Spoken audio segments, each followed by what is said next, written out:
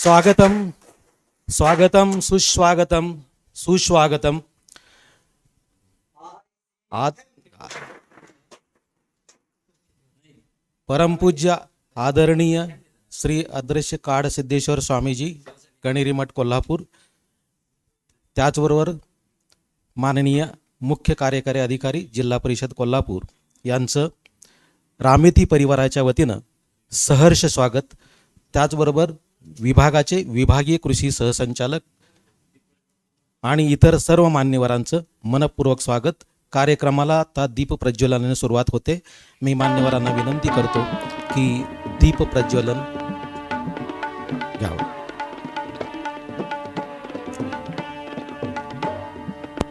राष्ट्रीय कृषी विस्तार प्रबंध संस्थान मॅनेज हैदराबाद, महाराष्ट्र शासनाचा कृषी विभाग या अंतर्गत वसंतराव नाईक राज्य कृषी विस्तार व्यवस्थापन प्रशिक्षण संस्था वनामती नागपूर, त्याचप्रमाणे प्रादेशिक कृषी विस्तार व्यवस्थापन प्रशिक्षण संस्था रामेती कोल्हापूर यांच्या संयुक्त विद्यमानं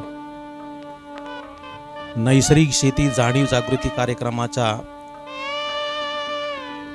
कार्यशाळेसाठी उपस्थित सर्व मान्यवरांचं स्वागत या ठिकाणी झालेलं आहे. या कार्यक्रमाचं दीप प्रज्वलन माननीय आदरणीय श्री परमपूज्य श्री अदृश्य काड सिद्धेश्वर स्वामीजी यांच्या शुभ हस्ते दीप प्रज्वलन होत आहे.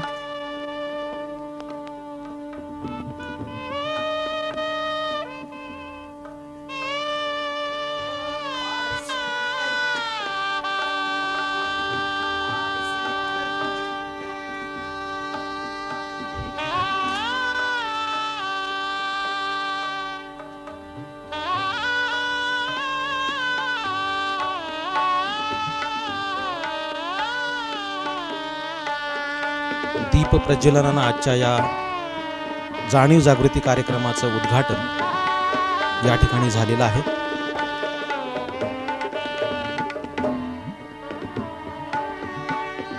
या प्रशिक्षण कार्यक्रमाला सुरुवात करण्यापूर्वी रामेतीच्या नियमित नियोजनानुसार कोणत्याही प्रशिक्षण कार्यक्रमाची सुरुवात आपण नियमितपणे प्रार्थनेनं करतो. सर्व प्रशिक्षणार्थ्यांना विनंती आहे की आपण सर्वांनी प्रार्थनेसाठी उभं राहायचं आहे.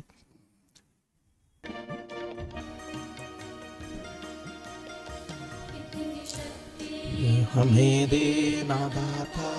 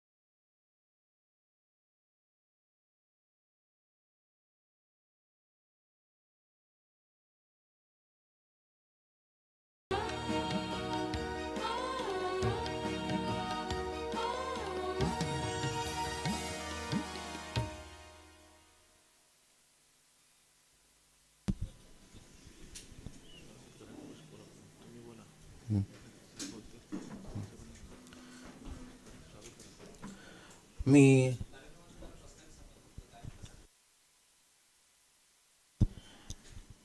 संस्थेचे प्राचार्य मान्य उमेश पाटील सर यांना विनंती करतो की सर्व मान्यवरांचं संस्थेच्या वतीनं पुष्पगुच्छ देऊन स्वागत करावं. सर्वप्रथम परमपूज्य आदरणीय श्री काडसिद्धेश्वर स्वामीजी यांचं पुस्तक आणि पुष्प देऊन स्वागत करण्यात येते.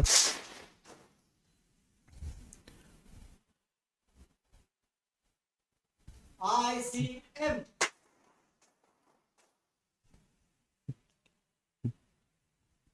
माननीय आयुक्त यांचं स्वागत झालेलं आहे. माननीय विभागीय कृषी सहसंचालक कोल्हापूर विभाग कोल्हापूर यांचं प्राचार्यांच्या वतीनं पुस्तक आणि पुष्पगुच्छ देऊन स्वागत करण्यात आले.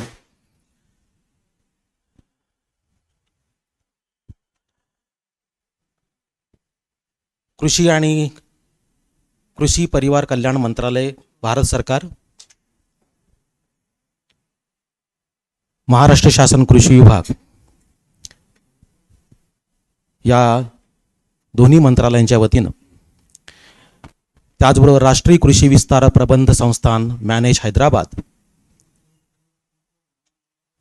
राज्य शासनाचा वसंतराव नाईक राज्य कृषी विस्तार व्यवस्थापन प्रशिक्षण संस्था वनामती नागपूर आणि प्रादेशिक कृषी विस्तार व्यवस्थापन प्रशिक्षण संस्था रामेती कोल्हापूर यांच्या संयुक्त विद्यमानं विभागातील सन्माननीय ग्रामप्रधान, सरपंच यांचेसाठी नैसर्गिक शेती जाणीव जागृती कार्यक्रमाचं आज आपण या ठिकाणी आयोजन केलेलं आहे. केंद्रीय कृषी मंत्रालयाने चालू आर्थिक वर्षामध्ये देशाचे आदरणीय पंतप्रधान यांच्या संकल्पनेतून, त्याचबरोबर काळाची गरज ओळखून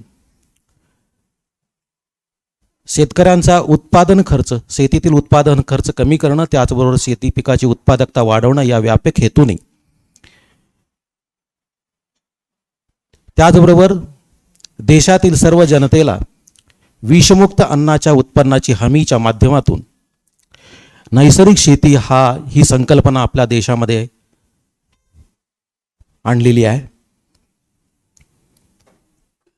या नैसर्गिक शेती जाणीव जागृती कार्यक्रमाच्या अनुषंगानं राष्ट्रीय कृषी विस्तार प्रबंधन संस्थान मॅनेज हैदराबाद ही देश पातळीवर नोडल संस्था म्हणून काम करते.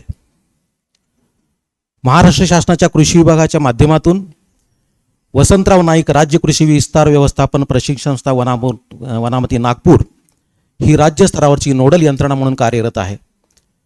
त्याचबरोबर कोल्हापूर विभागासाठी प्रादेशिक कृषी विस्तार व्यवस्थापन प्रशिक्षण संस्था रामेती कोल्हापूर ही विभागीय प्रशिक्षण संस्था या जाणीव जागृती कार्यक्रमाच्या आयोजनासाठी नोडल संस्था म्हणून मान्यता प्राप्त झालेली आहे.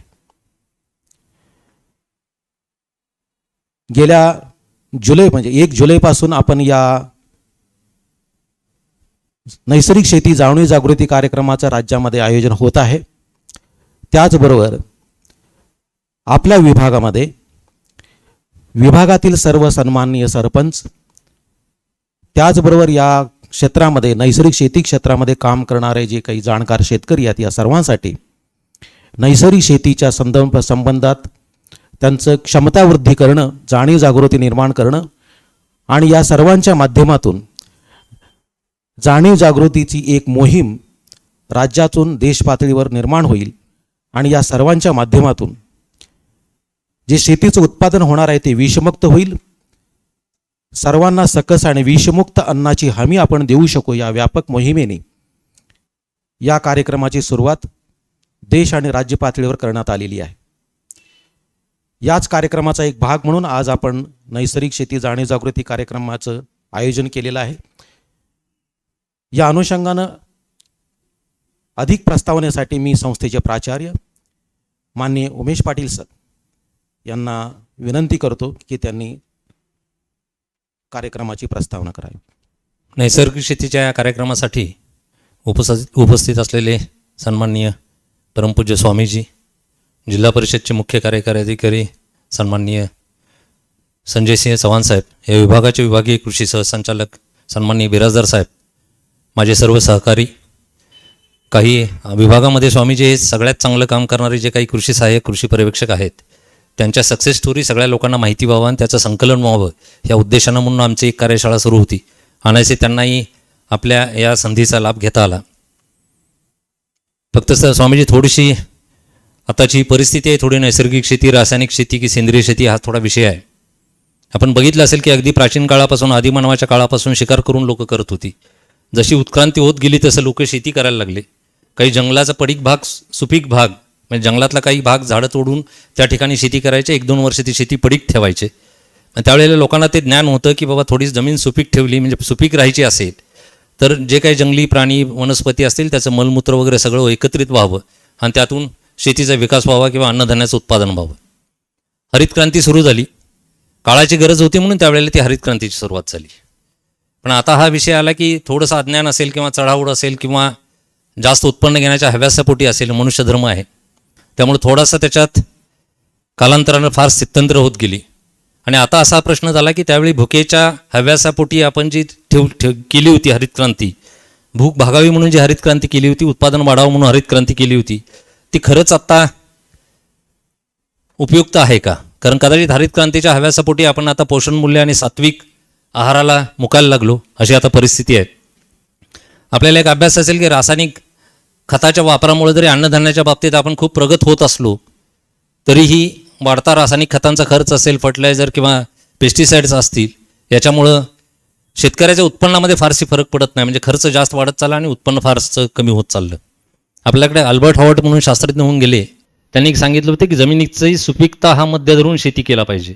पण आपण बरोबर त्या गोष्टी विसरायला लागलो. उत्पन्न आणि उत्पादन या गोष्टीकडे लक्ष देऊन आपण आता शेती करायला लागलो. निसर्गाला केंद्रस्थानी ठेवून जर शेती केली तरच ही चांगली एक नैसर्गिक किंवा सेंद्रिय शेती किंवा सर्व्हायव्हल होण्यासाठी ही शेती राहू शकते, हे निश्चितपणे योग्य आहे. साधा एक मेसेज आहे की आपल्याला, आपण जमिनीमध्ये पेरतो, जे जमिनीतून उगवतं, आपल्याला उपयोगाचा भाग आपण घेतला पाहिजे, बाकीचा सगळा जमिनीला परत केला पाहिजे. पण आता जसं शास्त्र पुढं गेलं तसं आपण आपल्याला जे उत्पादन पाहिजे, जे खाण्यायोग्य आहे ते घेतो, बाकी राहिलेला जो हे आहे त्याचे पण काही उपपदार्थ करायला लागलो आणि काहीच नाही जमलं तर आपण शेवटी जाळून टाकण्याचा एक पर्याय करतो. त्यामुळे जमिनीचा ऱ्हास व्हायला लागला, जमिनीतले जीवाणू सगळे कमी व्हायला लागले आणि पर्यायानं असंच जर व्हायला लागले की आपण ऑर्गॅनिक कार्बनच्या बाबतीत बघितलं की 1% वरती आपला ऑर्गॅनिक कार्बन पाहिजे, पण आता जवळपास आपण 0.3, 0.2 पर्यंत पोहोचायला लागलो. शासन स्तरावर असेल की बरंच आपण सेंद्रिय शेतीची योजना असतील, बऱ्याच योजनेच्या माध्यमातून आपण शेतकऱ्यांच्या जागृती करायला लागलो. पण पंतप्रधान मोदी साहेबांचं एक स्वप्न होतं की सरपंचांना थोडं या बाबतीत साक्षर केलं पाहिजे. त्यासाठी म्हणून सरपंचांना नैसर्गिक शेती, सेंद्रिय शेतीचं थोडं महत्त्व कळावं आणि हे ग्रुप लीडर असल्यामुळे आपल्या गावामध्ये अशी लोकांची वाटचाल त्याकडे जाण्यासाठी त्यांनी निश्चितपणे प्रयत्न करावा, या उद्देशानं म्हणून आम्हाला रामितीला सरपंचांच्या कार्यशाळा घेण्यासाठी सांगितलं होतं. वास्तविक पाहता स्वामीजी एका ठिकाणी 40 लोकांची ऑनलाईन कार्यशाळा घ्यायचा कन्सेप्ट होता, पण आमचा पहिल्यापासून कोल्हापूर विभाग सगळ्या गोष्टीत आघाडीवर आहे. माझ्या सर्व सहकाऱ्यांनी सांगितलं की एकावेळी साहेब आपण 10 सबडिव्हिजनमधून 10 कार्यक्रम घेऊ. ॲक्च्युली आम्हाला 9 कार्यक्रमाचं टार्गेट आहे, पण 10 ठिकाणी आपण एका ठिकाणी प्रत्येक सबडिव्हिजनला 40 सरपंच, बाकीचे काही चांगले शेतकरी, सेंद्रिय शेती उत्पादक शेतकरी सगळे एकत्र केलेत आणि त्यांच्या माध्यमातून स्क्रीनवरून आपलं जे आत्ता प्रेझेंटेशन सुरू आहे किंवा आपलं जे व्याख्यान होणार आहे, वास्तविक पाहता आम्ही या संधीचा फायदा घेतला की स्वामीजी आम्ही नुसतं बोलायला लागलं तर कोणी सरपंच बसले नसते, पण आपलं अधिष्ठान आहे त्यामुळं आम्ही फार चिकाटी करून रिक्वेस्ट करून आपला वेळात वेळ काढून आम्ही आपल्याला विनंती केली होती. आपण आमच्या विनंतीला मान देऊन इथं आलात. मला फक्त एक थोडीशी आकडेवारी सांगायची, मी फार वेळ घेत नाही. 1960 साली आपल्याकडं देशामध्ये खताचा वापर 1 लाख मेट्रिक टनाचा होता आणि 2014-15चा जो डाटा आहे त्याच्यात 25.6 लाख मेट्रिक टनापर्यंत आपण पोचायला लागलो. खत वापरामध्ये चीनचा एक पहिला नंबर लागतो, नंतर भारताचा दुसरा नंबर आहे. उत्पादनाच्या बाबतीत जर बघितलं 1950 आणि 51ची तुलना केली तर खताचं उत्पादन 395 पटीनं वाढलं आहे आणि खताचा वापर 205 पटीनं वाढला आहे. मी सगळं करत असताना, आपण रासायनिक सगळं वापरत असताना जमिनीचा पोत, मोदी साहेबांनी ही एक स्कीम सुरू केली होती की आपल्याकडं सॉईल हेल्थ मिशन एक मोठ्या प्रमाणावर सुरू केलं होतं. त्याच्या माध्यमातून आपण लोकांना खत वापराबाबत जागृती करावी, हाही विषय होता. अचानक कुठला आणि सगळे नॅचरल फार्मिंग किंवा सेंद्रिय शेती करायला लागले तर ह्या गोष्टी ॲक्सेप्टेबल होणार नाहीत, कदाचित उत्पन्नात लोकांना मार बसेल. त्यामुळे हळूहळू याच्याकडे गेलं पाहिजे. मग याच्यासाठी जीवामृत असेल, बीजामृत असेल, हिरवळीच्या खताचा वापर असेल, बऱ्याचशा टेक्निक आहेत, याचा निश्चितपणे आपण वापर करावा. मी आपला अधिक वेळ घेत नाही. निश्चितपणे पुन्हा एकदा स्वामीजी आम्हाला आपण रामिती संस्थेला भेट देऊन इथून आपण सगळ्या सरपंचांना किमान 400 सरपंचांना आणि काही माझ्या सहकाऱ्यांना आपण मार्गदर्शन करणार आहात. तर मी आपले पुन्हा एकदा आपलं मनपूर्वक स्वागत करतो आणि थांबतो. धन्यवाद. आजच्या नैसर्गिक शेती जाणीव जागृती कार्यशाळेस उपस्थित परमपूज्य अदृश्य श्री काडसिद्धेश्वर महाराज यांच्या चरणी वंदन करतो आणि रामेती कोल्हापूरमार्फत कोल्हापूर, सांगली, सातारा जिल्ह्यातील जे सरपंच कार्यशाळा जी आहे या विषयासंदर्भात त्या कार्यशाळेला आज या ठिकाणी मोठ्या संख्येने सर्वजण ऑनलाईन ऑफलाईन जॉईन आहेत. त्यांचं सर्वांचं स्वागत करतो. खरं तर आत्ता हा विषय देशपातळीवर भारत सरकारच्या अजेंड्यावर आलेला आहे. यापूर्वीही कृषी विभाग आणि जे शेतकरी झिरो बजेट फार्मिंग, सेंद्रिय शेती, नैसर्गिक शेती अशा एक ना अनेक कारणांनी माझ्या मताप्रमाणे गेली 20 वर्ष आपण हा विषय चाचपडतो आहोत.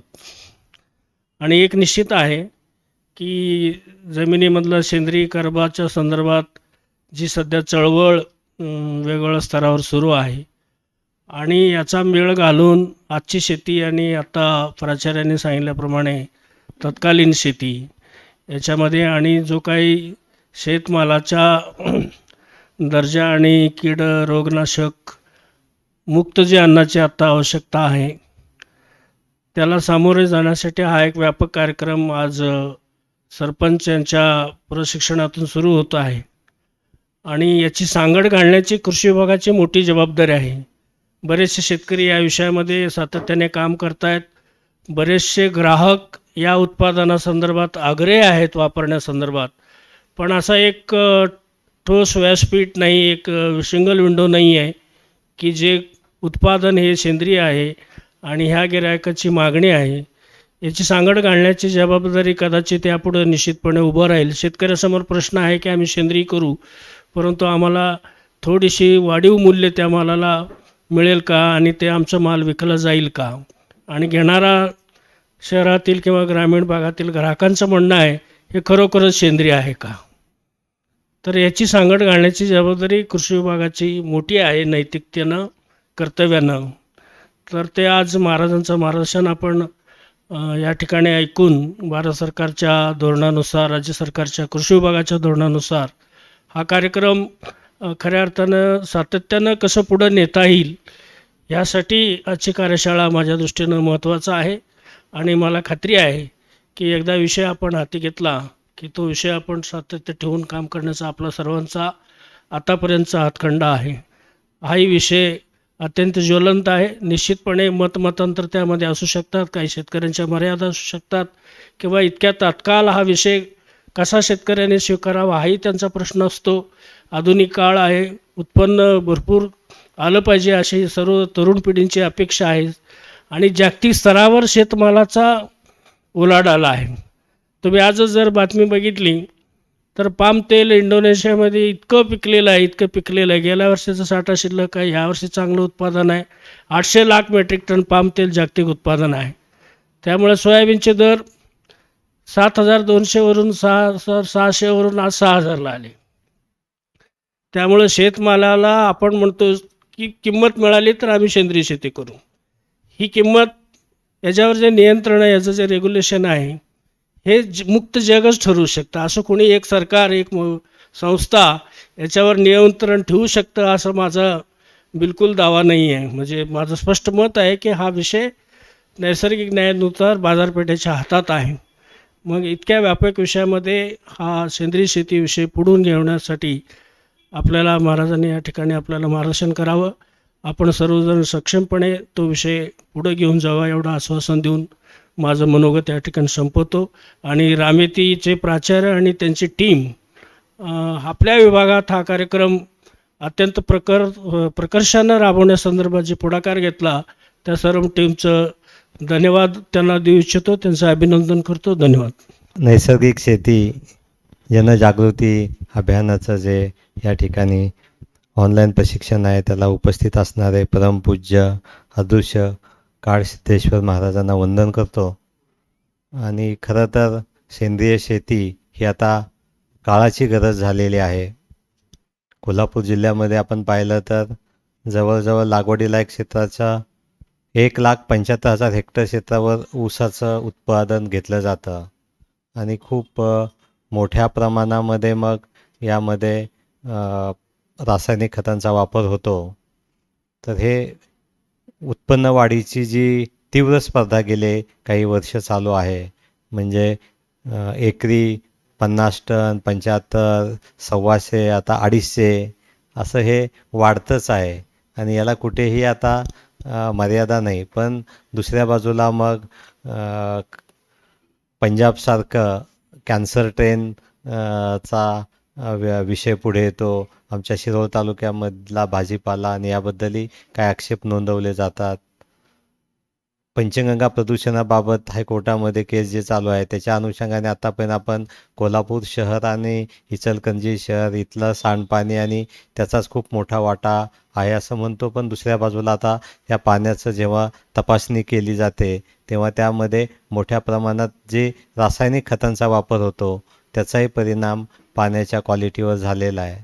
तर असं हे एका बाजूला खूप उत्पन्न वाढतं आहे, परंतु त्याचे परिणाम जमिनीला आणि पुढच्या पिढींना आणि आपल्याला भोगावे लागतात.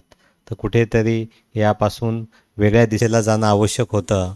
आम्ही जिल्हा परिषदेच्या आमच्या नेहमीच्या ज्या योजना आहेत त्या योजनांना यावेळेला पूर्णविराम खरं तर दिला आणि माझे मित्र उमेश पाटील आणि त्यांचे सगळ्या सहकारी यांच्याकडून मार्गदर्शन घेऊन आम्ही आता लोकराजा राजश्री शाहू महाराज सेंद्रिय शेती प्रोत्साहन योजना चालू केली की ज्याच्यामध्ये आपण सेंद्रिय भाजीपाला निर्मितीसाठी तरतूद केलेली आहे. जवळजवळ 55 लाख रुपयाची आपण आता या प्रोत्साहन योजनेत तरतूद केली.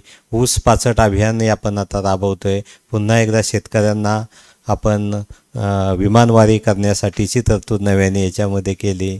जीवामृतासाठीचं सुद्धा आता आम्ही एक योजना प्रत्येक तालुक्यामध्ये राबवत आहोत, जेणेकरून एक खारीचा वाटा जिल्हा परिषदेच्या वतीने या सेंद्रिय शेतीच्या दृष्टिकोनातून आणि आरोग्याच्या दृष्टिकोनातून प्रयत्न असा आहे की पुन्हा एकदा प्रवाहाच्या विरोधात जाण्याची गरज आहे आणि पुन्हा आपल्या नैसर्गिक शेतीकडे जायला लागेल. कारण वाढलेलं उत्पन्न जर डॉक्टरचं बिल वाढवणार असेल, वाढवलेलं उत्पन्न जर वेगवेगळ्या प्रकारचं आजार आणणार असतील, त्यापेक्षा सेंद्रिय स्वरूपातली शेती, रेसिड्यू फ्री भाजीपाला अशा पद्धतीचा प्रयत्न आम्ही आता यावर्षी जिल्हा परिषदेच्या वतीने करत आहोत. या ठिकाणी परमपूज्य अदृश्य काळसिद्धेश्वर स्वामीजी आणि आपण सगळेच कृषी क्षेत्रातली तज्ज्ञ मंडळी आहेत. त्यामुळे यामध्ये आपल्यामध्ये आपण जे मार्गदर्शन कराल ते खरं तर ऐकण्याच्या भूमिकेत मी असणं अपेक्षित आहे. त्यामुळे आम्ही काय छोटासा प्रयत्न करतो आहे एवढंच आपल्याला या ठिकाणी सांगितलं आणि आपण आज आमचे सर्व सरपंच या ठिकाणी आहेत. आमच्या सर्व सरपंचांना माझ्या वतीने जिल्हा परिषदेचा मुख्य कार्यकारी अधिकारी म्हणून एक आवाहन आहे की आपणसुद्धा आपला 15 वित्त आयोग असेल, ग्रामपंचायत डेव्हलपमेंट प्लॅन असेल तर तो गावठाणापुरता मर्यादित न ठेवता गावठाणाच्या बाहेर जाऊन शिवारामध्ये आपलं शेतीचं उत्पन्न कसं वाढेल, नैसर्गिकरित्या शेती उत्पन्न कसं वाढेल आणि जसं गोकुळचा एक ब्रँड तयार होऊन महाराष्ट्रभर देशभर ते दूध जातं, तसं कोल्हापूर जिल्ह्यामध्ये आता सेंद्रिय शेतीच्या उत्पादनाचा, सेंद्रिय भाजीपाल्याचा, सेंद्रिय कडधान्याचा, सेंद्रिय दुधाचा असा काही आपल्याला ब्रँड तयार करता येतो आहे का, असा प्रयत्न आपण सर्वांनी केला पाहिजे. आणि मला खात्री आहे की आमचे प्रगतशील सर्वच सरपंच हे आपापल्या गावामध्ये ही मोहीम नक्कीच उमेदीने राबवतील आणि भविष्यामध्ये कोल्हापूर जिल्हा हा सेंद्रिय शेतीसाठी ओळखला जाईल असा प्रयत्न होईल अशी अपेक्षा व्यक्त करतो आणि या ठिकाणी थांबतो. जय हिंद, जय महाराष्ट्र. ICM. वास्तविक आजचा नैसर्गिक शेती जाणीव जागृतीचा कार्यक्रम आणि त्याचबरोबर या कोल्हापूर जिल्ह्याचे माननीय आदरणीय मुख्य कार्यकारी अधिकारी महोदयांनी जे सुतोवाच केलं आणि नैसर्गिक शेती आणि सेंद्रिय शेतीकडे पाऊल टाकण्यासाठी केलेली त्यांची सुरुवात, जिल्हा परिषदेकडील पारंपरिक नियमित योजनांना फाटा देऊन काळाची पावलं ओळखून जिल्ह्यामध्ये विषमुक्त शेतीसाठी जी पावलं जिल्हा परिषद प्रशासनानं उचललेली आहेत ती खरंच आपणा सर्वांसाठी सुद्धा प्रोत्साहन देणारी, आपल्याला सगळ्याला एनर्जी देणारी आहेत. मी संपूर्ण आपल्या व्यासपीठाच्या वतीनं पुन्हा एकदा सरांचं मनपूर्वक अभिनंदन करू इच्छितो. एक ICM.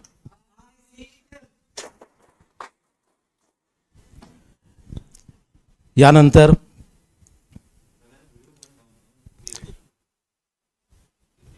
ऑनलाईन जॉईन झालेल्या सर्व प्रशिक्षणार्थींची एक महत्त्वाची सूचना आहे. कृपया आपला व्हिडिओ बंद ठेवा, जेणेकरून आपल्याला जी स्क्रीन आहे आणि त्याचबरोबर प्रमुख मार्गदर्शकांचं जे मार्गदर्शन आहे आपल्याला क्लिअर ऐकता येईल.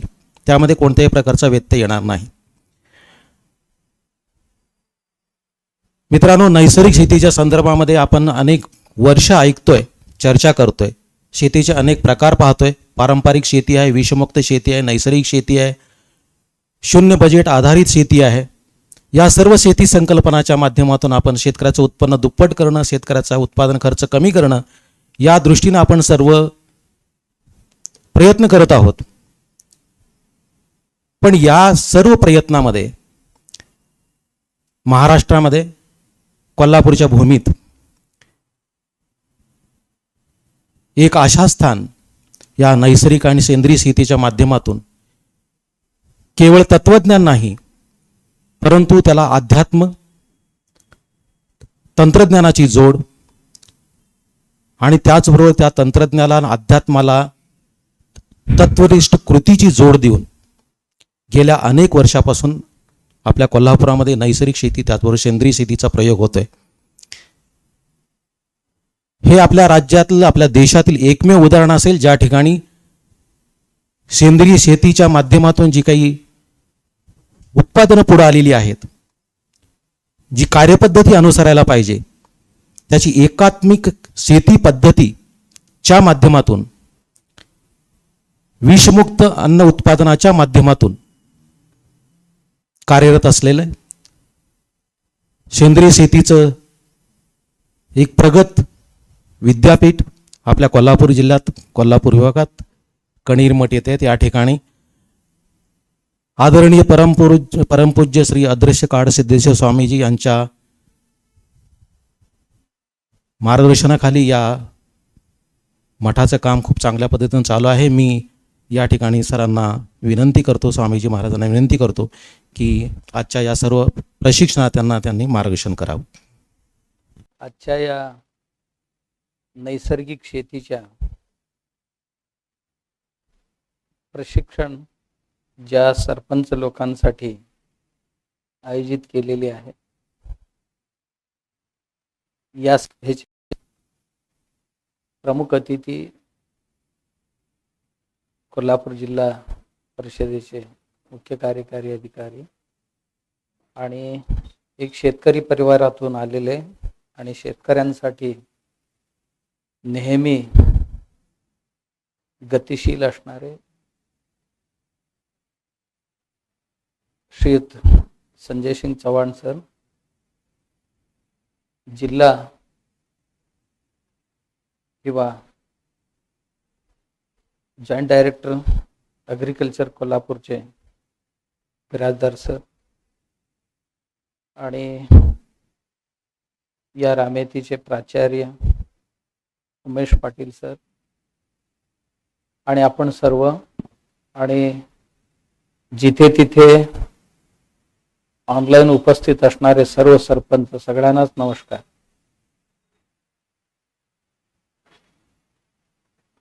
भारत हा एक कृषी प्रधान देश म्हणून ओळखला जातो. आजही जवळजवळ 8 ते 10 कोटी परिवार शेतीवर अवलंबून आहेत देशातले. एका परिवारात 5-6 लोक जरी धरले तर 50 ते 60 कोटी लोक अजूनही शेतीवर अवलंबून आहेत. सरकारी नोकऱ्या, खासगी नोकऱ्या फार सोपी आहे.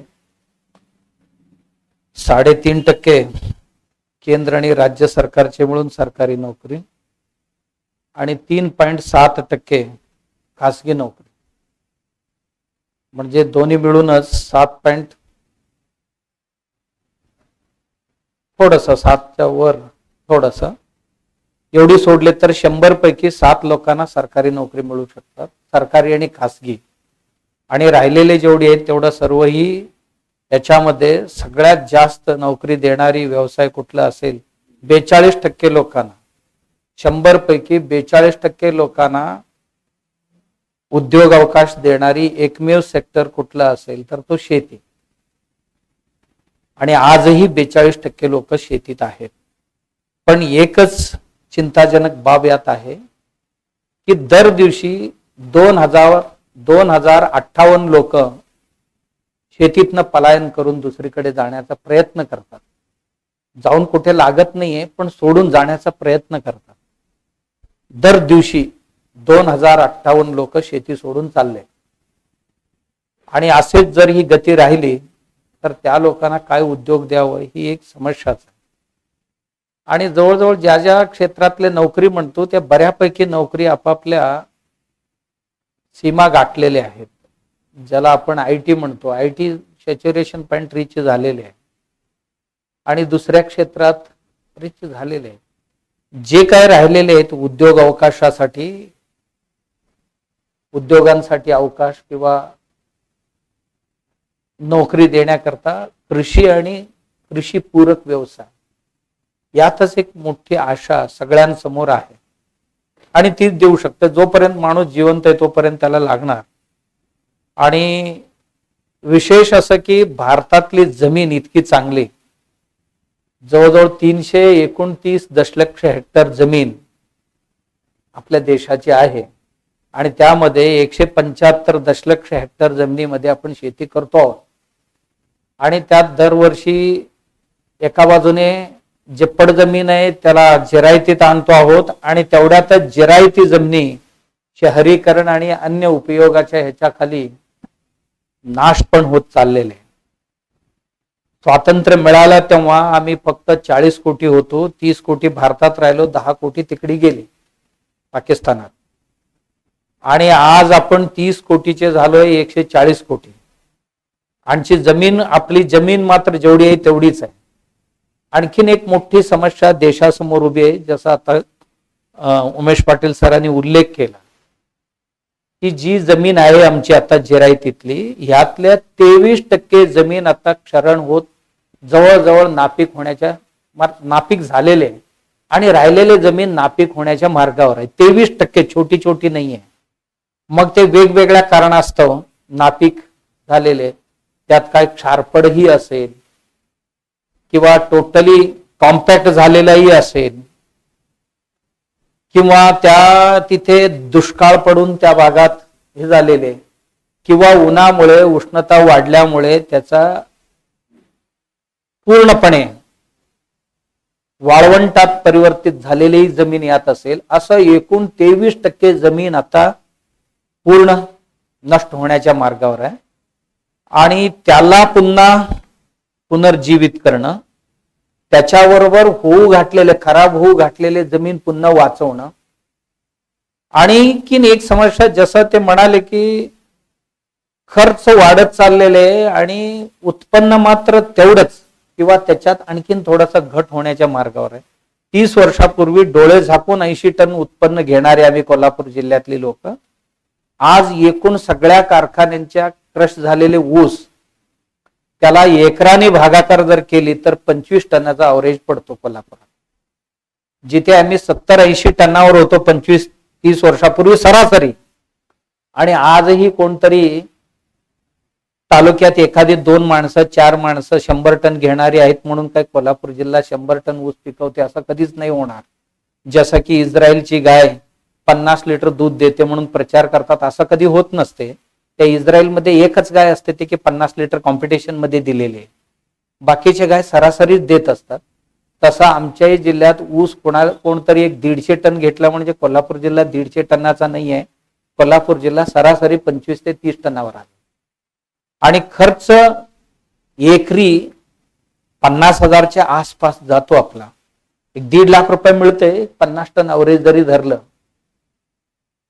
प्रत्यक्षात येते 25-30 टन. आम्ही चांगलं करतो असं समजून जर 50 टन जरी अवरेज धरला आपला तरी 1.5 लाख रुपये मिळतात, 5×15, आणि त्यात 50,000 रुपये खर्च येतो. महिन्याला 10,000 रुपये सुद्धा पगार पडत नाही शेतकऱ्याला. ही अवस्था आहे. आणि ह्याच्यात जमीन दिवसेंदिवस खराब होत चाललेले. जसं सांगितले की आपल्या जमिनीतली काही मातीतली, कारण शेतकऱ्यांची ऐश्वर्य काय असेल तर माती, पाणी, जीवाणू आणि जनावर, ही 4च संपत्ती त्याची. माती, त्याला लागणारी पाणी, आणि त्या मातीतली संपत्ती म्हणजे जीवाणू, आणि जीवाणू निर्माण करून देणारी जनावर. हे 4 सोडले तर शेतकऱ्याला 5वा संपत्ती कुठलीच नाही आहे. शेतकरी वाचला पाहिजे ह्या 4 गोष्टीतनं. आणि ह्या 4 गोष्टी जर पाहायला गेलो तर ह्या सगळ्यांची आज माती तब्येत चांगली नाही राहिली.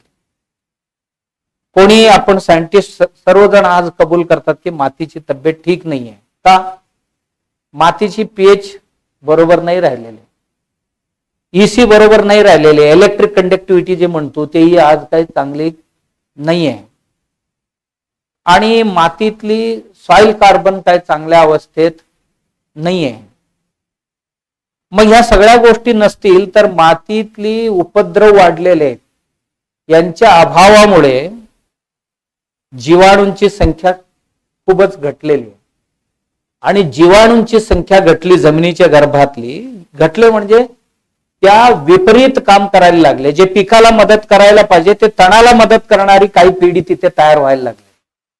अराजकता जमिनीच्या आतमध्ये निर्माण झाली. जसं बाहेर एखादा राजा नसेल तर अराजकता निर्माण होतो आणि उपद्रव मूल्य वाढतात, उपकारक मूल्य सर्वही दबले जातात. तसे जमिनीत सुद्धा हीच काम चालू आहे. जमिनीतले उपकारक मूल्य असणारी जीवाणू सगळी सुप्तावस्थेकडे चाललेत किंवा नष्ट झालेत, आणि जे उपद्रव माजवणारी जी जीवाणू आहेत किंवा ज्याला रोगाणू म्हणतो त्यांचा प्रादुर्भाव दिवसेंदिवस वाढत चालले. आणि त्याचा परिणाम आम्ही पिकावर पण पाहतो आणि रूट्सवर सुद्धा पाहतो, मुळांवर सुद्धा पाहतो. याकरता असं म्हणत जाऊन काय होणार आहे का? नाहीये ना. आता जसं म्हणाले की आम्ही ग्रीन रेव्होल्युशन, ज्याला हिरवी क्रांती म्हटली, की ते करत आलो आपण, झाली त्याची. बहुतेक त्याचाही सॅच्युरेशन पॉइंट आता संपले. आता ग्रीन रेव्होल्युशन कुठलीही गोष्ट बघा येताना एकटंच येत नाही.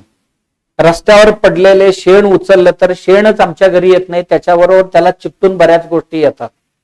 तसा कुठल्याही चांगल्या गोष्टी आम्ही जगात चांगलं म्हणून स्वीकारलं ती एकच येत नाही, त्याच्याबरोबर काही अरिष्ट घेऊन येते. आणि त्या अरिष्टांचे उल्लेख चव्हाण साहेबांनी केले की खूप सारे आजार आले देशात आणि खूप सारी औषधही त्याच्यामुळे आले आणि खूप सारी जैवविविधतेची नाश होण्यावर त्याचा झाला. म्हणजे जीवाणूंच्या हजारो प्रकार नष्ट झाले आणि जमिनीच्या वरच्या ज्या पीक आहेत वेगवेगळ्या प्रकारची जमिनीला पोषक ठरणारी त्याही नष्ट झाली.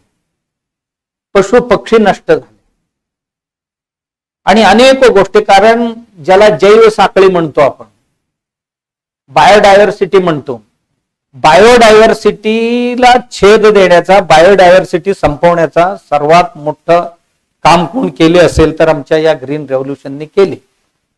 कारण एक घेतले तर दुसरं एक मोफत येते, तसं ती मोफत आलेली होती. त्याचा परिणाम आपण सर्वजण भोगतो आहोत की जिल्ह्यात आज कोल्हापूर जिल्ह्यात 3,000 दर दिवशी मेडिकल शॉप्स आहेत, 300 मोठे हॉस्पिटल्स आहेत. दर दिवशी कमीत कमी 300 सर्जरी होतात. एका सर्जरीला समजा एक 30,000च आपण जर पकडला, 30,000त होत नाही, पकडला तर 300 गुणले 30,000 किती कोटी होते आपण बघा. आणि जवळजवळ तेवढंच औषध हे जर गृहीत धरलं तर दिवसाला 6 कोटीचे वर इथे आरोग्यासाठी कोल्हापूर जिल्ह्यात खर्च होतो. आणि 40 लाखाला त्याचा भागाकार केला तर माणसी 300 रुपये पडते. आणि माणूस घरात जेवायला 100 रुपये खर्च करत नाही माणसी, आणि तो तिथे दवाखान्याला 300 रुपये दर दिवशी खर्च करतो. ही आमची जिल्ह्याची स्थिती आहे आता. आणि ही स्थिती उद्या ह्याच्यात काय फार मोठा बदल होईल नाही, याच्यात आणखीन खराब होईल. आता ज्या पद्धतीने शेती करतो, ज्या पद्धतीने मातीची सांभाळ करतो, ही जर केली तर आपण ह्यात काय फार चांगलं अपेक्षा करता येणार नाहीये. म्हणून वेळीच जर सावध झालो का माती खराब झाली. मी म्हंटल ना, मातीतलं पीएच कमी झालं. जिथे अल्कलाईन कमी होऊन आम्ल जर वाढला, माती कधीही चांगलं काम करू शकत नाही. मातीतले अल्कलाईन खूप कमी झाले, पाण्यातली पण अल्कलाईन कमी झाली. आणि अल्कलाईन जेव्हा वाढते तेव्हा ती आरोग्याची स्थिती चांगली असं मानलं जातं. आणि ह्याच बरोबर मातीतली इलेक्ट्रिक कंडक्टिव्हिटी जे म्हणतो, माणसाला सुद्धा बघा कुठेही असा स्पर्श केला, कुठे पायाजवळ करा नाही तर कुठेही करा, जाणवतं नाही आपल्याला. नुसतं जाणवत नाही, सर्व काही जाणवतं. जाणवताना कोण हात लावले, सजीव आहे की निर्जीव आहे हेही आपल्याला कळतं. आम्ही बघितलेलं नाही आहोत, नुसतं कोणतरी असं स्पर्श केला, सजीवाने हात लावले, सजीवाने स्पर्श केले की निर्जीवाने केले कळतं. एवढंच नाही, हात लावणारे पुरुष आहेत की स्त्री आहे हेही कळतं आपल्याला. एवढंच नाही, हात लावणारे आपल्याला स्पर्श करणारे प्रेमाने स्पर्श केले की द्वेषाने स्पर्श केले हेही कळतंय. याला म्हणतात इलेक्ट्रिक कंडक्टिव्हिटी. आणि ही केवळ माणसांच्या शरीरात असते असं नाही, जिथे प्राण आहे तिथे सगळीकडे असते. आणि प्राण हे मातीत सुद्धा असते. मातीतले जीवाणूच हे मातीचे प्राण आहेत.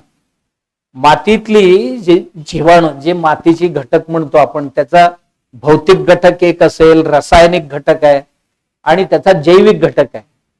जिथे जैविक घटक आहे, जीव आहे म्हणजे त्या जीवामध्ये छोटासा एक प्राण आहे. कारण ती कंडक्टिव्हिटी का कमी झाली तर जीवाणूंची संख्या कमी झाली. त्यामुळे मातीतली इलेक्ट्रिक कंडक्टिव्हिटी डाऊन होत चाललेली. त्याच्यामुळे कुठे काय होते त्यालाही कळेना झाले. पूर्वी पिकाला काय झाले, शेजारी पाजारी काय झाले तर पटकन जमिनीतले जीवाणू जागृत होऊन कामाला सुरू करायचे. असं काहीतरी झालेलं आहे, चला आपण सुरू करूया काम. आणि ते पिकाच्या संरक्षणासाठी झटायला सुरू करायचं. आज ते कंडक्टिव्हिटी नष्ट झाल्यामुळे कोणाला काय झाले हे विचार करण्याची त्यांची क्षमता गेलेली. म्हणून आपण आता या शेतीला विषमुक्त शेतीशिवाय दुसरा पर्याय नाही. मग आता म्हणालेत ना की आमचे साहेब म्हणाले, बिराजदार साहेबांनी, की कोण ह्याला जैविक शेती म्हणतोय, कोण ऑर्गॅनिक म्हणतो, सेंद्रिय म्हणतो, कोण नॅचरल म्हणतो, आणि कोण भाव कृषी म्हणतोय, कोण शाश्वत शेती म्हणतोय, कोण सजीव शेती म्हणतोय, कोण शाश्वत शेती म्हणतोय. आणि शब्दावरच भांडण चालू आहेत लोकांची. कामं करायचं राहिले बाजूला, याला काय म्हणायचं ह्याच्यावरच भांडण चालू आहे. म्हणजे बाळ अजून जन्माला यायचंय, नाव ठेवण्यावरनं भांडणं चालू आहे.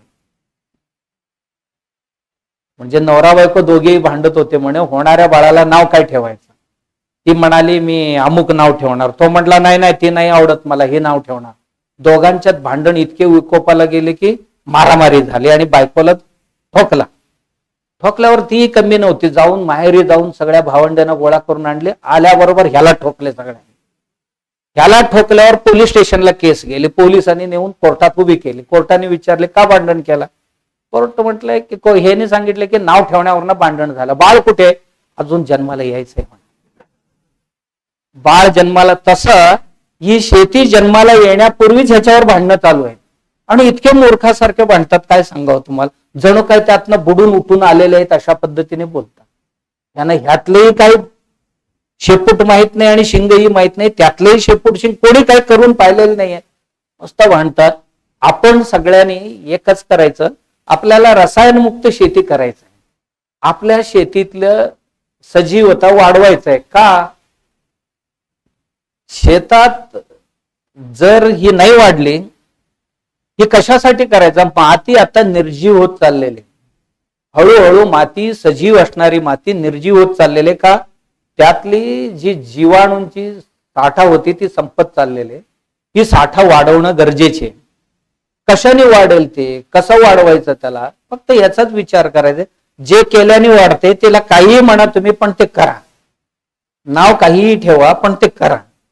कारण नाही केली ना, 30 वर्षापूर्वी 3% होतं सॉइल कार्बन, आज 0.2% म्हणून उमेश पाटील सरांनी सांगितलं. 0.2% आहे.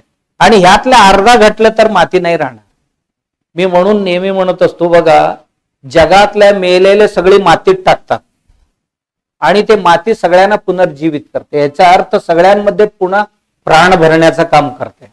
एखादा निर्जीव पदार्थ टाकले तर त्याचा खत बनवून त्याच्या जीवाणूत परिवर्तित करते. माती मेलेल्यांनाही सजीव करण्याचं काम करते. सगळ्या मेलेल्यांना मातीत टाकतात. उद्या जर मातीच मेली, कोण सांगत काय झालं तर त्याला माती पुनर्जीवित करते. पण जर उद्या मातीच मेली तर जिवंत करणार कोण, कोणाला कोण करणार. म्हणून मातीला मरू नाही द्यायचं. आज बऱ्याच शेतकऱ्यांना वाटतं की आपली माती जिवंत आहे. नाही आहे. आपली माती आता मृत्यूशय्येवर आहे. जसं की आयसीयू मध्ये पेशंट असतो ना, तशी आपल्या मातीची अवस्था आहे. काहीतरी जरा दिली तरच देते. जसं का आयसीयूतल्या पेशंटला काय थोडासा टॉनिक दिली, थोडासा काहीतरी इंजेक्शन दिली, तेवढंच उठून बसते आणि औषधाचा परिणाम संपले की पुन्हा झोपते. आम्ही आता जे जे रसायन देऊन शेतीला सवय लावले ना, ते दिली तरच पिकते, नाही दिली की झोपते. कारण तिच्या स्वतःची ताकद काही नाही राहिलेली. जसं खेड्यात दारुड्यांना धरतात आणि रात्री ऊस लावून घेतात, माहिती आहे तुम्हाला. गावात एक चाराट असतील की नाही दारुडे, त्यांना धरतात, धरून संध्याकाळी 5 पाजायचं त्याला आणि रात्रभर त्यांच्याकडनं लावण करून घ्यायचं. आणि सकाळी उठल्यावर पाणी सोडलं तर सगळे कांड्यावरच असतात. ते कुठे तोडवलं त्यालाच माहित नसते. का त्याला पाजून बेशुद्ध करून त्याच्याकडनं काम करून घ्यायचं. तसा आम्ही मातीला बेशुद्ध करून पिकून घ्यायचा प्रयत्न करतो आता. आणि हे मरणार आहे. मरण्यापूर्वी या मातीला पुन्हा आपण ताकद द्यायचं आहे. मातीला भरपूर शक्ती द्यायचं आहे. देण्याकरता आजचा जो हा कार्यक्रम आहे जाणीव जागृतीचा, एवढ्यासाठीच आहे की शेतकरी अजूनही ओळखत नाही. शेतकरी अजूनही सावध झालेले नाही. त्याला माहितच नाही की काय होते. आपण खातो ना, या प्रत्येक किलो अन्नातनं विषाची कण शरीरात जातात. आणि पूर्वी आम्ही 50 mg ची अँटीबायोटिकच्या गोळ्या घेत होतो. आता 500 mg चे 3 घेतो आहोत दिवसाला. इतकी आमची प्रतिकार शक्ती घटलेली आहे. का घटले तर हे विष पोटात चालले. लहान लहान बाळ आमच्या दवाखान्यात येतात. बाळ आई दूध पाजले की बाळाला ताप येतो. आजच जन्माला आलेल्या बाळाला आई दूध पाजले की त्याला ताप येतो. मग आमचे डॉक्टर ते दूध लॅबोरेटरीला पाठवून देतात. दुधात काय आहे का बघा. तर दुधामध्ये ह्या सगळ्या औषधी दिसायला लागल्या. आम्ही जे शेतात घालतो ना, जे अन्नातनं, भाजीतनं, फळातनं आमच्या शरीरात आले आणि शरीरातनं दुधातनं त्या बाळाला पोचायला लागले. आणि बाळ दूध पाजले की ताप येते आणि दुधाचं हे संपले की ते बरं होते. मग आईच्या दुधात सुद्धा, आईचे दूध बाळाचं रक्षण करण्यासाठी असते, मारण्यासाठी नाही. पण आता ते दूध बाळाला मारक ठरायला लागले. हे आम्ही रोज आमच्या हॉस्पिटलमध्ये पाहतो. हे आणि आमच्यातच असं नाही, सगळ्या हॉस्पिटलमध्ये ही आहे आता अवस्था. आणि आम्ही विचारतो काय खाताय, ते म्हणतात आम्ही रोज सगळे ताजा आणून खातोय. त्याचाच परिणाम. ताजा खातो म्हणजे ज्यादा खातो असा त्याचा अर्थ होतो. तर ही एका दोघांची समस्या नाहीये, तर संपूर्ण देशाची आहे. देशाच्या खूप साऱ्या भागात मातीची अवस्था बिघडलेली आहे. त्याच्यामुळे हे विष खाऊन माणूसच मरतो असं नाही. गिधाडासारखे गिधाड संपून गेले गावात. मला वाटतं कावळे सोडून दुसरी कोण जगतील असं वाटत नाही. येणाऱ्या काही दिवसात जातील, सगळीच जातील. मग आम्ही राहून तरी काय करणार आहोत? आम्ही तरी कुठे राहणार आहोत? आणि काय चव्हाण सर म्हणाले की काय आपण कमवायचं आणि सगळी दवाखान्यालाच घालायचं असं काय ठरवून बसलोय का? नाही. हे कमी करण्याकरता सेंद्रिय शेती किंवा हे जे नैसर्गिक शेती गरजेची आहे. मग ही माती दष्टपुष्ट करण्याकरता खूप सारे उपाय आहेत, ज्यांना जे झेपेल ते करायला हरकत नाही. बघा, 1 किलो पिठाने सुद्धा शेती सजीव करता येतं. मी म्हैसूरला गेलो होतो. 9 एकर शेती करत होता तो शेतकरी, कैलास मूर्ती त्याचं नाव. आणि तो एक बॅरल ठेवला होता, त्याच्यामध्ये 1 किलो पीठ घालत होता. कुठलंही पायात पडलेले गिरणीतला 1 किलो पीठ घालायचं आणि दर दिवशी ढवळायचं त्याला कुठपर्यंत, त्या बॅरल जवळ उभं राहता येणार नाही एवढा दुर्गंधी येईपर्यंत. आणि मग नंतर ते पीठ गाळायचं, ड्रिप मधनं शेतात सोडायचं. अन्यथा आपल्या वाहत्या पाण्याबरोबर ती पाणी सोडत बसायचं. त्याच्या शेतात मी सॉइल कार्बन किती होता माहितीये काय सांगू तुम्हाला. तो एक 3 फुटाचा गज आणला लोखंडी आणि असा एका बोटाने दाबला तर 3 फूट खाली गेला. म्हैसूर पासून एक 50 किलोमीटरवर तो शेतकरी आहे. मी खास हे पाहण्याकरता गेलो. देशभरातले अशी खूप सारे प्रयोग मी बघून आलो. नाही म्हटलं तरी मी एक 300 कृषी विज्ञान केंद्रांना भेटी दिली आतापर्यंत. नाही म्हटले तरी एक 25 पेक्षा अधिक युनिव्हर्सिटीना भेटी दिली. आणि एक नाही म्हटलं तरी एक 100 वर अग्रिकल्चर कॉलेजेसना मी भेटी दिली. नाही म्हटले तरी मी एक 1000-2000 शेतकरी जे प्रगतिशील आहेत, ते ऑर्गॅनिक मध्येही असतील किंवा इनऑर्गॅनिक मध्येही असतील, सेंद्रिय असतील किंवा रासायनिक असतील, त्यांच्या शेतावर जाऊन मी छोट्या छोट्या गोष्टीसाठी त्यांच्याकडे जातो आणि मी बघून, म्हणून मी गेलो होतो त्याच्याकडे. आणि त्याच्या शेतात एका बोटाने दाबले तर माती किती भुसभुशीत होती त्याची. त्यांचा सॉइल कार्बन 3% होता. मी विचारलं त्यांना सेंद्रिय कर्ब किती आहे शेतात, तो म्हणाला 3% आहे. कशाने? केवळ 1 किलो आट्याने. तो म्हणतो ही संपले की परत करतो करत राहतो म्हणतोय. याला किती लागणार आहे? 25-30 रुपयाचं पीठ आहे म्हणाला. तेही गिरणीत खाली पायात पडलेले आणि तूप 10 रुपयामध्ये मिळते म्हणा. मी दुसऱ्या एकांकडे गेलो होतो. तो काही करत नव्हता. हैदराबाद मध्ये गेलो होतो. तो झाडाखालची माती वरचं काढायचं आणि खालच्या माती घ्यायची. एक 1.5 फुटाच्या खालची माती घ्यायची आणि ते माती बॅरल मध्ये सडत घालायची. 10 दिवस सडल्यानंतर त्या मातीत फार तर थोडासा एरंडाचा तेल घालून सडवायचा तो. आणि कधी कधी कुठल्या पिकाला आजार असेल तर त्यात दही घालून सडवायचं किंवा दूध घालून सडवायचं आणि तो पिकांना स्प्रे करायचा आणि मातीवर स्प्रे करायचा. स्प्रे केले की त्या मातीची गुणधर्म नकारात्मकतेकडून सकारात्मकतेकडे जायचे आणि त्यांच्या मातीतले जीवाणूंची संख्या वाढीस लागली.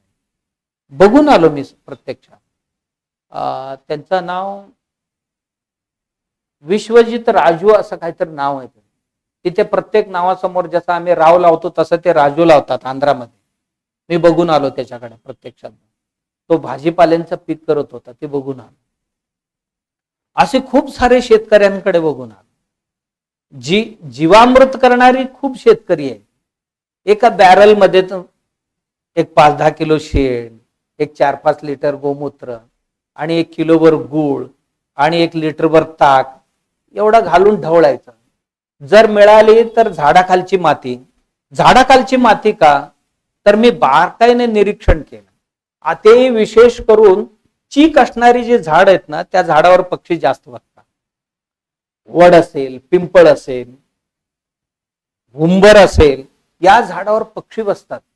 आणि ती पक्षी ना ती फळं खातात. एकच प्रकारची नाही, अनेक प्रकारची फळं आणि मोहर आलेले असतात ना ती, किंवा पालवी नवीन आलेली, ही पालवी ही पक्षी खातात आणि अनेक प्रकारची खाऊन त्याचा सत्व म्हणूनच विष्ठा टाकतात. आणि त्या विष्ट्याचा प्रयोग मी केला.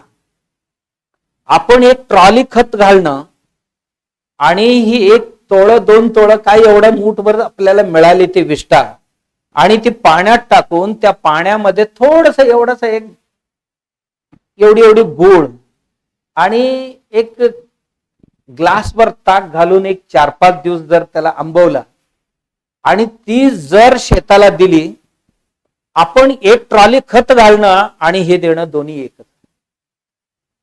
मी बघितलं काही पिकांना पीक पिवळे होतात का सल्फरचं डेफिशियन्सी म्हणजे कमी पडतो, गंधकाचा अभाव. तेव्हा मी बघितलं की कबुतरांचा जो विष्ठा असतो, कबुतरांच्या विष्ट्यामध्ये गंधक खूप असतो आणि ती पाण्यात टाकून जरी स्प्रे केले एक 3-4 तास भिजवून, तर तुम्हाला 3-4 दिवसात पीक हिरवं झालेली दिसेल. असं पक्ष्यांची विष्ठा आहे ना, ही 1 नंबर आहे. म्हणून आपल्या शेतात पक्षी येतील याची काळजी घ्यायची. आम्ही पळतील कसं याची काळजी घेतो, पळवायची काळजी घेतो नाही. ते आमच्या याच्या मित्र आहेत शेतकऱ्यांचे, ते शेतात कसे येतील, आपल्या झाडावर बसतील कसं याची काळजी घ्यायची. म्हणून त्या पक्ष्यांची विष्ठा गोळा करून जरी ते केलं. मी माकडांचा प्रयोग केला, मरकट रसायन म्हणून तयार केलं. जेवढा माकडांची शेण असते ती विष्ठा आणि तेवढंच गुळ आणि थोडस ताक पाण्यात टाकून एक 5-6 दिवस ठेवायचं. नंतर आपल्या पाण्यात सोडून बघा तुम्ही किती जीवाणू वाढतात. का? माकड सुद्धा शेलकेच खाते सगळे. प्रत्येक झाडाची पालवी खाते ते, नवीन आलेली पालवी असते ना त्यालाच खाते ते, जुनं खात नाही. आणि त्याच्यात ग्रोथ प्रमोटिंग कॅपॅसिटी खूप असते. बारकाव्याने आपण बघा, एक शेतकरी म्हणून किंवा आपण वैज्ञानिक म्हणून थोडासा विचार करायला हरकत नाही. मी या दृष्टीने विचार करून अनेक प्रयोग करत असतो आणि देशभरात अशा पद्धतीने प्रयोग करणाऱ्यांना पाहत असतो. हे जीवामृत सुद्धा तितकंच काम करते की आम्हाला ट्रॉलीवर खत तर टाकायला होत नाही, माझ्या घरात शक्य नाही, जीवामृत घाला. गोकृपामृत आहे ही, तरी गोकृपामृत अशी आहे की 1 लिटर जर गोकृपामृताचा कल्चर आणला कोणाकडनं, 1 बॅरल पाण्यामध्ये टाकला आणि 1 किलो गूळ आणि 1 लिटर ताक टाकले, एक 5-6 दिवस हलवलं, 200 लिटर झाले. तुम्ही 200 लोकांना 1-1 लिटर फ्री देऊ शकता आणि पुन्हा त्याच्यात याच पद्धतीने करत, खरं म्हणजे अक्षय पात्र येते. आणि त्याच्यात ग्रोथ प्रमोटिंग ची जीवाणू सुद्धा त्यात काम करतात आणि कीड नियंत्रण किंवा रोग नियंत्रण करणारे काही जीवाणू, जवळजवळ 800हून अधिक प्रकारची जीवाणू त्यात आढळले लॅबोरेटरीत दिल्यानंतर. आणि NPK निर्माण करून देणारे सुद्धा त्यात जीवाणू काम करतात. ही गोकृपामृतामध्ये हे फुकटच आहे सगळीकडे, अनेक शेतकऱ्यांकडे आज मिळते. आमच्या मठावर तरी आम्ही मोफत ठेवलेले आहे सगळ्यांना, कोणी विकत नाही, मोफतच मिळतो. त्यांनी दुसऱ्यांना देत राहायचा. आपण कशावरही स्प्रे करून बघा किंवा पिकाला सोडून बघा, आपली मातीत काही दिवसातच बदल दिसून येईल. आणखीन तुम्हाला घरात 1-2 किलो भात शिजवायचं, मडक्यात शिजवायचं मातीच्या, आणि थंड होऊ द्यायचं. त्याला पूर्ण थंड झाल्यानंतर त्याचा तोंड बांधायचं फडक्याने आणि त्याला आपल्या गाडीत गाडायचं, इथपर्यंत तोंड उघडी ठेवून गाडायचं. आणि 72 तास ते म्हणजे 3 ते 5 दिवस त्याला तिथे ठेवायचं. 5 दिवसांनी काढलात बाहेर, त्याच्यात गूळ घालायचं, 1-2 किलो गूळ आणि पुन्हा थोडासा 1-2 लिटर ताक घाला आणि थोडीशी जीवामृत घाला.